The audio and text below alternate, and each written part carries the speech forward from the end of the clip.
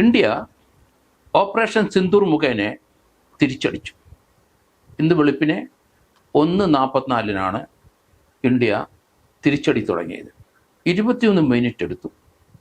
പാകിസ്ഥാനിലെ ടെററിസ്റ്റ് കേന്ദ്രങ്ങളായ 5 സ്ഥലങ്ങളിലെ 9 അറ്റാക്കാണ് ഇന്ത്യ നടത്തിയത്. ടെററിസ്റ്റ് കേന്ദ്രങ്ങളായ 24 സ്ഥലങ്ങൾ ഇന്ത്യ കണ്ടെത്തി വെച്ചിട്ടുണ്ട്. ഇന്ത്യക്കെതിരെ നീങ്ങുന്ന ടെററിസ്റ്റുകളെല്ലാം ഈ ട്രെയിനിങ് ക്യാമ്പിൽ നിന്നാണ് പുറത്തു വരുന്നത്. 24 സ്ഥലമാണ് ഇന്ത്യ കണ്ടെത്തിയിരിക്കുന്നത്. അതിൽ 9 സ്ഥലത്ത് 9 ക്യാമ്പുകളിൽ ഇന്ത്യ ആക്രമിച്ചു. അത് 5 സ്ഥലത്തായിട്ടാണ് അത് സ്പ്രെഡ് ചെയ്ത് കിടക്കുന്നത്. പാകിസ്ഥാൻ പറഞ്ഞു 8 പേര് മരിച്ചു, 35 പേർക്ക് പരിക്ക് പറ്റിയെന്നാണ് പാകിസ്ഥാൻ ആദ്യം തുടക്കത്തിലേ പറഞ്ഞത്. പിന്നീട് 300 പേർ കൊല്ലപ്പെട്ടതായിട്ടാണ് വാർത്തകൾ വരുന്നത്. ഇന്ത്യയുടെ കണക്കനുസരിച്ച് 600 പേരെങ്കിലും കൊല്ലപ്പെട്ടിട്ടുണ്ടാവണം. ഇന്ത്യ റഫാൽ പ്ലെയിൻ ഉപയോഗിച്ചിട്ടാണ് തിരിച്ചടിച്ചതെന്ന് കരുതുന്നു. അത് ഏകദേശം 100 കിലോമീറ്റർ പോകുന്ന ദൂരത്തിലാണ് അടിച്ചിരിക്കുന്നത്. അതേസമയത്ത് ഇന്ത്യക്ക് 1000 കിലോമീറ്റർ പോകാൻ കപ്പാസിറ്റിയുള്ള മിസൈലുകൾ റെഡി ആയിട്ടുണ്ടായിരുന്നു. അതിൻ്റെ ആവശ്യം വന്നില്ല. 100 കിലോമീറ്റർ അകലെ ഉള്ള അവരുടെ പാകിസ്ഥാൻ്റെ ടെററിസ്റ്റിൻ്റെ ക്യാമ്പുകളിലാണ് അടി നടന്നിരിക്കുന്നത്. പ്രധാനമായും ലഷ്കർ ഇ തോയ്ബയാണ് നമ്മുടെ പഹൽഗാമിലും അതുപോലെ ഇന്ത്യക്ക് ഏറ്റവും കൂടുതൽ ടെററിസ്റ്റ് ആക്രമണം നടത്തിയത് ലഷ്കർ ഇ തോയ്ബ. അവരുടെ ക്യാമ്പിൽ നമ്മൾ സ്ട്രൈക്ക് ചെയ്തിട്ടുണ്ട്. വളരെ പ്രിസൈസ്ഡ് ആയിട്ടുള്ള സർജിക്കൽ സ്ട്രൈക്കാണ് കൊടുത്തത്. അവരുടെ ലഷ്കർ ഇ തോയ്ബ സ്ഥാപിച്ച ഹാഫിസ് സെയ്ദിനെ നമുക്ക് നോട്ടമുണ്ട്. അയാളുടെ ജൂനിയറായ സഫാർ ഇക്ബാൽ, അതുപോലെ അബ്ദുൽ യൂസഫ് അസാം, ഇവരെ 3 പേരും തകർത്തേ പറ്റുള്ളൂ ഇന്ത്യക്ക്. ജെയ്ഷെ ഇ മുഹമ്മദിൻ്റെ നേതാവ് മൗലാന മസൂദ് അസൻ, അയാളെ നമുക്ക് നോട്ടമുള്ള ആളാണ്. അയാളെപ്പറ്റി ഇപ്പം വിവരമില്ല. അയാൾ പാകിസ്ഥാനുടെ അവരുടെ സംരക്ഷണയിലാണോ അതോ ഇന്ത്യയുടെ ഈ സ്ട്രൈക്കിൽ കൊല്ലപ്പെട്ടോ ഒന്നും അറിയത്തില്ല. അയാളുടെ വീട് മസൂദ് അഷറിൻ്റെ ഫാമിലിയിലെ 16 പേര് കൊല്ലപ്പെട്ടിരിക്കുന്നു. അപ്പോൾ 9 തീവ്രവാദ കേന്ദ്രങ്ങളിൽ ആണ് നമ്മൾ സ്ട്രൈക്ക് ചെയ്ത്, അത് 5 സ്ഥലത്തിലാണ് അത് സ്പ്രെഡ് ചെയ്ത് കിടക്കുന്നത്. ഇനി ബാക്കി 15 സ്ഥലത്തിൽ ഇന്ത്യ സ്ട്രൈക്ക് ചെയ്യും എന്നാണ് ഞാൻ കരുതുന്നത്. എങ്കിൽ മാത്രമേ ആ ടെററിസ്റ്റ് ഏരിയ കംപ്ലീറ്റ് നമുക്ക് നശിപ്പിക്കാൻ നോക്കുകയുള്ളൂ. പാകിസ്ഥാനിലെ ജനങ്ങളോടോ അവിടുത്തെ ഇപ്പോഴത്തെ ഭരണത്തിലിരിക്കുന്നവരോ അവരെ നോട്ടോ ഒന്നും ഇന്ത്യക്കില്ല. അവരുടെ ഇൻസ്റ്റലേഷൻസോ അവരുടെ ഡാംസിലോ അല്ലെങ്കിൽ അവരുടെ പെട്രോ കെമിക്കലായിട്ടുള്ള സ്ഥലങ്ങളിലോ അവരുടെ പട്ടണങ്ങളിലോ അവരുടെ നഗരങ്ങളിലോ അവിടെയൊന്നും ഇന്ത്യ സ്ട്രൈക്ക് ചെയ്യില്ല. പാകിസ്ഥാനിലെ ജനങ്ങളെ ഇന്ത്യ ഉപദ്രവിക്കത്തില്ല. അതേസമയത്ത് ആ പാകിസ്ഥാനിലെ ടെററിസ്റ്റ് കേന്ദ്രങ്ങളിൽ തീർച്ചയായിട്ടും റെയ്ഡ് ഉണ്ടാകുമെന്ന് അവർക്കറിയാം. അവരോട് താല്പര്യമില്ലാത്തവരെല്ലാം അവിടെ വിട്ടുപോകുന്നതാണ് ഉചിതം, അല്ലെങ്കിൽ അപകടം ഉണ്ടാവും. അങ്ങനെ കൊല്ലപ്പെടുന്നതാണ് പാകിസ്ഥാൻകാർ ഇപ്പം പറയുന്നത്. ആ ടെററിസ്റ്റിൻ്റെ വസതിയിലോ അല്ല അവരുടെ ട്രെയിനിങ് ക്യാമ്പിലോ ഉള്ളവർ ചത്തു കഴിഞ്ഞാൽ അവർ പറയണത് അത് അവിടുത്തെ നാട്ടുകാരെ ഇന്ത്യ മിസൈൽ ഉപയോഗിച്ച് കൊന്നു എന്നുള്ള വാർത്തകളാണ്. അത് അങ്ങനെ ഒരു വാർത്തകൾ സാധാരണഗതിയിൽ എല്ലാ രാഷ്ട്രങ്ങളും വാറിലേക്ക് വരുമ്പോൾ ഇങ്ങനെയൊക്കെ വാർത്തകൾ വിടും. അതുകൊണ്ട് അതിനകത്ത് വലിയ കാര്യമാക്കേണ്ടതില്ല. ഇന്ത്യക്ക് ഇപ്പോൾ 9 സ്ഥലത്തെ സ്ട്രൈക്ക് കഴിഞ്ഞു. ഇനി 15 സ്ഥലത്തെ സ്ട്രൈക്ക് കൂടെ ഉണ്ടാവും. അത് ഇന്ന് രാത്രിയിലോ നാളെ ഉണ്ടാവും എന്നാണ് ഞാൻ കരുതുന്നത്. മസൂദ് അഷർ ഇപ്പോൾ എവിടെയാണെന്ന് നമുക്കറിയത്തില്ല. എങ്കിലും ഒസാമ ബിൻ ലാദൻ്റെ ആ സമയത്ത് പാകിസ്ഥാനിലെ അബോട്ടാബാദിലാണ് അയാളുടെ പ്രിസൈസ്ഡ് ആയിട്ട് അല്ലെങ്കിൽ സർജിക്കൽ സ്ട്രൈക്കിൽ അയാളെ കൊന്നത്. അയാളെ ആ സർജിക്കൽ സ്ട്രൈക്കിന് മുമ്പ് നമ്മൾ വിചാരിക്കും അത് എയർഫോഴ്സോ അവരുടെ മിലിറ്ററിയോ ആണ്, അവരുടെ ഫ്ലൈറ്റുകളാണ് വന്ന് ആക്രമിച്ചത്. അല്ല, അവരുടെ സി അല്ലെങ്കിൽ അവരുടെ ആർമിയോ അല്ലെന്നുണ്ടെങ്കിൽ അവരുടെ എയർഫോഴ്സോ അല്ലാത്ത അവരുടെ ഇന്ത്യയിലെ ഇപ്പം നമ്മൾ റഫാൽ വാങ്ങിച്ച പോലെ ഷിപ്പിൽ ഉപയോഗിക്കുന്ന ഫ്ലൈറ്റ് തന്നെയാണ് അബോട്ടാബാദിൽ വന്ന് അദ്ദേഹത്തിനെ തകർത്തിട്ട് പോയെന്നാണ്. നേവി സീൽ എന്നാണ് അതിന് പറയുന്നത്. ACAL നേവി സീൽ എയർ സ്ട്രൈക്കാണ് അവർ ചെയ്തത്. അതുപോലെ തന്നെ നമ്മൾ അന്ന് ഈ സംഭവം നടക്കുമ്പോൾ പല പാകിസ്ഥാൻ സൈനിക മേധാവികൾ അണ്ടർഗ്രൗണ്ടിൽ പോയതായിട്ടാണ് മനസ്സിലാകുന്നത്. തീവ്രവാദികളെല്ലാം അവർ വിട്ടൊഴിഞ്ഞു പോയിട്ടുണ്ട്. പാകിസ്ഥാൻ ഇപ്പോൾ അവിടെ റെഡ് അലർട്ട് പ്രഖ്യാപിച്ചിരിക്കുകയാണ്. കൗണ്ടർ ആയിട്ട് അവർ തിരിച്ചടിക്കും എന്ന് പറയുന്നുണ്ട്. ഇന്ത്യയുടെ 33 ബൗണ്ടറിയിലെ 33 സ്ഥലങ്ങളിൽ ഷെല്ലാക്രമണം അവർ നടത്തിക്കൊണ്ടിരിക്കുകയാണ്. അതിൽ ഉറിയിലും അങ്ങനെയുള്ള ഇമ്പോർട്ടൻ്റ് ആയ സ്ഥലങ്ങൾ ആൾക്കാർ നിവസിക്കുന്നിടത്ത് ഷെല്ലാക്രമണമായി 10ഓളം ആൾക്കാർ ഇപ്പം മരണപ്പെട്ടിട്ടുണ്ട്. അവരുടെ വീടുകളെല്ലാം കത്തി ഞെരിയുന്നതൊക്കെ നമ്മൾ കണ്ടു. അതുകൊണ്ട് പാകിസ്ഥാൻ ചെയ്യുന്ന പ്രവർത്തികൾ വർഷങ്ങളായിട്ട് ഈ ഷെല്ലാക്രമണം ഇന്ത്യയുടെ ബൗണ്ടറിയിൽ നിന്ന് പല വീടുകൾക്ക് നേരെ നടത്തിക്കൊണ്ടിരുന്നതുകൊണ്ട് ആ ഭാഗത്തുള്ള മുസ്ലിംസ് കംപ്ലീറ്റ് ഇപ്പം പാകിസ്ഥാനെതിരാണ്. കാരണം അവർ ചെയ്യുന്ന പ്രവൃത്തികൾ അങ്ങനെയാണ്. ഇന്ത്യ പാകിസ്ഥാനിലെ ജനങ്ങളോട് ഒരു വൈരാഗ്യവുമില്ല. ജനങ്ങളോട് അവർ ഇന്ത്യക്ക് സ്നേഹമാണ്.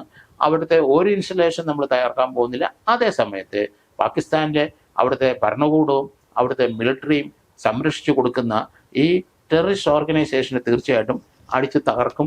24 സെൻറ്ററിലാണ് അവർ ഈ ട്രെയിനിങ് നടത്തുന്നത് ഇന്ത്യക്ക് അറിയാം. 9 സെൻറ്ററിൽ മാത്രമാണ് ഇപ്പോൾ ഇന്ത്യ അറ്റാക്ക് ചെയ്തിരിക്കുന്നത്. ഇനി 15 സെൻറ്ററിൽ കൂടെ നമ്മൾ അറ്റാക്ക് ചെയ്യും. ആ പാകിസ്ഥാനിലെ ഈ 5 സ്ഥലങ്ങൾ എന്ന് പറയുന്നത്, ഒന്ന് അവരുടെ സിയാൽകോട്ടുള്ള സർജാൽ എന്ന ഒരു സ്ഥലമാണ്. അവിടെ നമ്മൾ സ്ട്രൈക്ക് ചെയ്തിട്ടുണ്ട്. മെഹ്മൂന ജോയ പാകിസ്ഥാൻ ഒക്കുപ്പൈഡ് കാശ്മീരിലാണ്, അവിടെയും സ്ട്രൈക്ക് ചെയ്തു. ഇപ്പം മറ്റൊരു സ്ഥലം മർക്കസ് തൈബ മുറിഡ്കെ, അത് പാകിസ്ഥാനിൽ തന്നെയാണ്. അതുപോലെ ഭീംപർ പാകിസ്ഥാൻ ഒക്കുപ്പൈഡ് കാശ്മീരിലാണ്. കോട്ട്ലി അബ്ബാസ് ഗുൽപൂർ എന്ന പാകിസ്ഥാൻ ഒക്കുപ്പൈഡ് കാശ്മീരിൽ തന്നെ. സീഡിനാൽ എന്ന ഒരു സ്ഥലം. ഇങ്ങനെ 9 സ്ഥലത്ത് ആണ്, 5 ഏരിയയിൽ 9 സ്ഥലത്ത് അറ്റാക്ക് ചെയ്തു നമ്മൾ. ഇനി 15 സ്ഥലത്തൂടെ അറ്റാക്ക് ചെയ്യണം. അത് ഞാൻ കരുതുന്നത് ഇന്ന് രാത്രി നാളെ രാത്രിയും കൂടെ അത് സ്ട്രൈക്ക് ചെയ്യും. കാരണം ഇന്ത്യക്ക് ഈ പാകിസ്ഥാനിലെ അല്ലെങ്കിൽ അങ്ങോട്ട് കടന്ന് അങ്ങോട്ട് കടയുള്ള അക്രമം വർഷങ്ങളോളം നീട്ടാൻ നമുക്ക് താല്പര്യമില്ല. നമുക്ക് കൗണ്ടർ ആ പാകിസ്ഥാനിലെ ടെററിസ്റ്റ് ഓർഗനൈസേഷൻ എവിടെയൊക്കെ കിടക്കുന്നു അവരെ സ്ട്രൈക്ക് ചെയ്യും. അതിനുശേഷം നമ്മൾ പിൻവാങ്ങും. അതാണ് നമ്മുടെ തന്ത്രമെന്ന് എനിക്ക് തോന്നുന്നു. അതുകൊണ്ട് നമ്മുടെ ജോലി തുടങ്ങിയിട്ടേ ഉള്ളൂ. അത് ഇനി 2 ദിവസം കൂടെ ഉണ്ടാവും എന്നാണ് ഞാൻ കണക്കാക്കുന്നത്. അത് കഴിഞ്ഞാൽ കൃത്യമായി അവരുടെ ടെററിസ്റ്റ് ഓർഗനൈസേഷൻ എവിടെയൊക്കെ പ്രവർത്തിക്കുന്നുണ്ടോ അത് എല്ലാം തകരും, അല്ലെങ്കിൽ തകർന്ന് തരിപ്പണമാകും എന്നാണ് ഞാൻ കരുതുന്നത്. അതുകൊണ്ട് ഈ അവിടുത്തെ ലഷ്കർ ഇ തോയ്ബയുടെ ഒരു TRF ഉണ്ട്.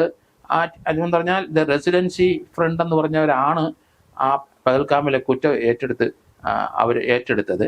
അപ്പോൾ അവരുടെ പലരും ഇപ്പോഴും ഇന്ത്യയുടെയും അതുപോലെ പാകിസ്ഥാനെയും ഒക്കിപ്പടായ കാശ്മീർ ഏരിയയിൽ വനത്തിൽ കൂടെ ചുറ്റിത്തിരിയുന്നതാണ്. അവരെ ജീവനോടെ പിടിക്കണമെന്നാണ് പ്രൈം മിനിസ്റ്റർ ആദ്യം മുതലേ പറയുന്നത്.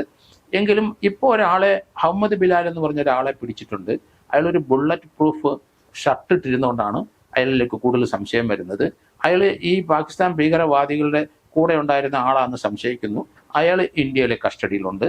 അതുകൂടാതെ പാകിസ്ഥാൻ ഒരു പട്ടാളക്കാരൻ ക്രോസ് ചെയ്തതിന് ഇന്ത്യ ഇപ്പം പിടിച്ചിട്ടുണ്ട്. നമ്മുടെ ഒരു പട്ടാളക്കാരൻ അവർ പിടിച്ചുകൊണ്ട് പോയിട്ട് അതിനെപ്പറ്റി യാതൊരു വിവരവും ഇതുവരെ ഇല്ല. എന്തായാലും മൗലാന മസൂദ് അസലിനെ കൊല്ലപ്പെട്ടു എന്നാണ് കരുതുന്നത്. കാരണം വിവരങ്ങളൊന്നും ഇല്ല. നമുക്കറിയാം ഇന്ത്യയുടെ ശത്രുത പുലർത്തുകയെങ്കിൽ മാത്രമേ പാകിസ്ഥാനിലെ രാഷ്ട്രീയക്കാർക്ക് മുന്നോട്ട് പോകാനൊക്കെ ഉള്ളൂ. അവിടെ പ്രത്യേക പ്രൊട്ടക്ഷൻസ് ഒന്നും ആ രാജ്യത്തിൻ്റെ സാമ്പത്തിക നില മെച്ചമാക്കാനായിട്ട് അവർക്ക് യാതൊരു പ്രത്യേക പരിപാടികളുമില്ല.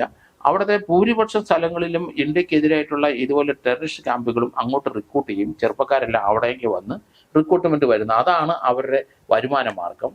വിദേശത്ത് ഉള്ള പല സംഘടനകളും ഇവരെ പ്രോത്സാഹിപ്പിക്കുന്നവർ പണം അയച്ചു കൊടുത്തിട്ടാണ് ഇതുപോലെയുള്ള ഈ ടെററിസ്റ്റ് ഓർഗനൈസേഷൻ മുന്നോട്ട് പോകുന്നത്.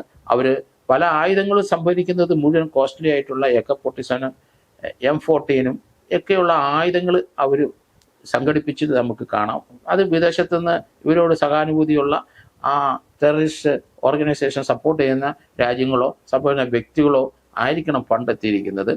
ഏതായാലും പാകിസ്ഥാനിലെ ഇപ്പം റെഡ് അലർട്ട് പ്രഖ്യാപിച്ചിട്ടുണ്ട്. അവരൊരു കൗണ്ടർ അറ്റാക്കിന് തയ്യാറാകുകയാണ് എന്ന് പറയുന്നെങ്കിൽ തീർച്ചയായിട്ടും ഇന്ത്യ ഇന്ന് രാത്രിയും നാളെയും തിരിച്ചടിക്കും.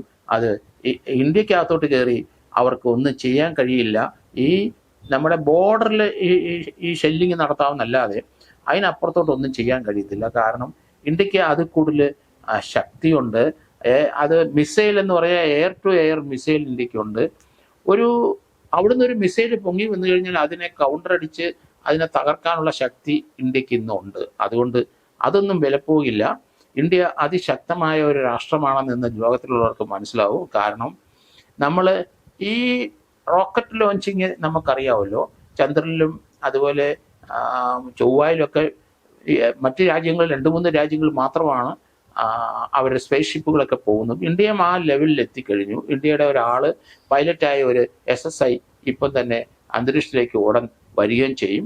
നമ്മളും മറ്റുള്ള രാജ്യങ്ങളെ പോലെ ലോകത്തിലെ ചൈനയും റഷ്യയും അതുപോലെ അമേരിക്കയുടെ ഒപ്പം നമ്മൾ എത്തിക്കഴിഞ്ഞിരിക്കുന്നു. അത് റോക്കറ്റ് ലോഞ്ചിങ്ങിൻ്റെ കപ്പാസിറ്റിയാണ്.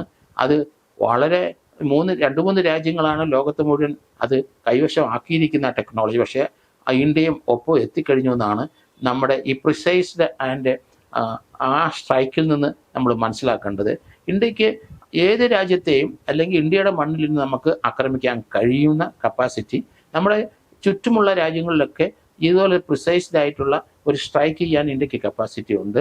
7000 കിലോമീറ്റർ വരെ മിസൈൽ പോകുന്നത് പലരും പരീക്ഷിച്ച്, നോർത്ത് കൊറിയയും അതുപോലെ ചൈനയും റഷ്യയൊക്കെ അമേരിക്കയൊക്കെ പരീക്ഷിച്ച് കഴിഞ്ഞിട്ടുണ്ട്. ഇന്ത്യ ആ ഒപ്പം എത്തിയിട്ടുണ്ടാവും എന്നാണ് കരുതുന്നത്. ഇന്ത്യക്ക് കൃത്യമായ ഒരു സപ്പോർട്ട് ഇസ്രായേൽ ഇപ്പം നൽകിയിരിക്കുന്നു. ഇസ്രായേലിൻ്റെ പല ടെക്നോളജിയും ഇന്ത്യക്കുണ്ട്, ഇന്ത്യയുടെ പല ടെക്നോളജിയും ഇസ്രായേലിൻ്റെയും കയ്യിലുണ്ട്. ആ രാജ്യം ഇന്ത്യയോട് ഓപ്പണായിട്ട് ഇപ്പം സപ്പോർട്ട് ചെയ്ത് ഡിക്ലെയർ ചെയ്തിരിക്കുകയാണ്. അതുപോലെ തന്നെ ലോകത്തിലെ പാകിസ്ഥാൻ പ്രതീക്ഷിക്കുന്ന പല രാജ്യങ്ങളും സൈലൻ്റ് ആയിട്ടിരിക്കുന്നു. പക്ഷേ അമേരിക്കയുടെ പ്രസിഡന്റ് ഒരു വാചകം പറഞ്ഞിരിക്കുന്നു, ഇന്ത്യ പെട്ടെന്ന് യുദ്ധം നിർത്തണം അല്ലെങ്കിൽ ടെററിസ്റ്റ് അറ്റാക്ക് നിർത്തണം, പെട്ടെന്ന് നിർത്തണമെന്നാണ് പറയുന്നത്. കാരണം തിരിച്ചടി കൊടുക്കുന്നതിന് തടസ്സമില്ല എന്നുള്ളതാണ് അതിൻ്റെ ധ്വനി. കാരണം അത് വലിച്ചു നീട്ടിക്കൊണ്ട് പോകരുത്, അത് അധികം യുദ്ധം നീട്ടിക്കൊണ്ട് പോകരുത്, പെട്ടെന്ന് അത് തീർക്കണം എന്നുള്ള അർത്ഥത്തിലാണ് ഡൊണാൾഡ് ട്രംപ് പറയുന്നത്. ലോകരാഷ്ട്രങ്ങളെല്ലാം ഇന്ത്യയുടെ അവസ്ഥ അറിയാം. ഇന്ത്യ 2000 മുതൽ 1995 മുതൽ ആയിരക്കണക്കിന് ആൾക്കാർ ഇന്ത്യയിൽ ടെററിസ്റ്റ് അറ്റാക്ക് കൊണ്ട് പാകിസ്ഥാനിൽ തന്നെ ഒറിജിനേറ്റ് ചെയ്യുന്ന ഈ ടെററിസ്റ്റ് അറ്റാക്ക് കൊണ്ട് കൊല്ലപ്പെട്ടിട്ടുണ്ട്, മരിച്ചിട്ടുണ്ട്. അതുകൊണ്ട് നമ്മൾ ഇത്രയും നാളും ക്ഷമയോടെ ഇന്ത്യയിൽ തന്നെ അതിന് പ്രതിവിധി കണ്ടുകൊണ്ടിരുന്നു. പക്ഷേ അടുത്ത രാജ്യത്ത് നിന്ന് ഓപ്പണായിട്ട് ഇവിടെ വന്ന് നമ്മുടെ ഇന്ത്യക്കാരെ കൊല്ലുന്നതിന് കൗണ്ടർ ചെയ്തു. അതുകൊണ്ട് ഓപ്പറേഷൻ സിന്ദൂർ അതിൻ്റെ പ്രാരംഭ ഘട്ടം തുടങ്ങിയിട്ടുള്ളൂ. അതിൻ്റെ അടുത്ത ഘട്ടത്തിലേക്ക് ഇന്ത്യ ഉടൻ പ്രവേശിക്കുകയും ചെയ്യും. പാകിസ്ഥാൻ എന്ന ആ രാജ്യം ഛിന്ന ഭിന്നമായി പോകാനുള്ള സാധ്യതയാണ് ഞാൻ കാണുന്നത്.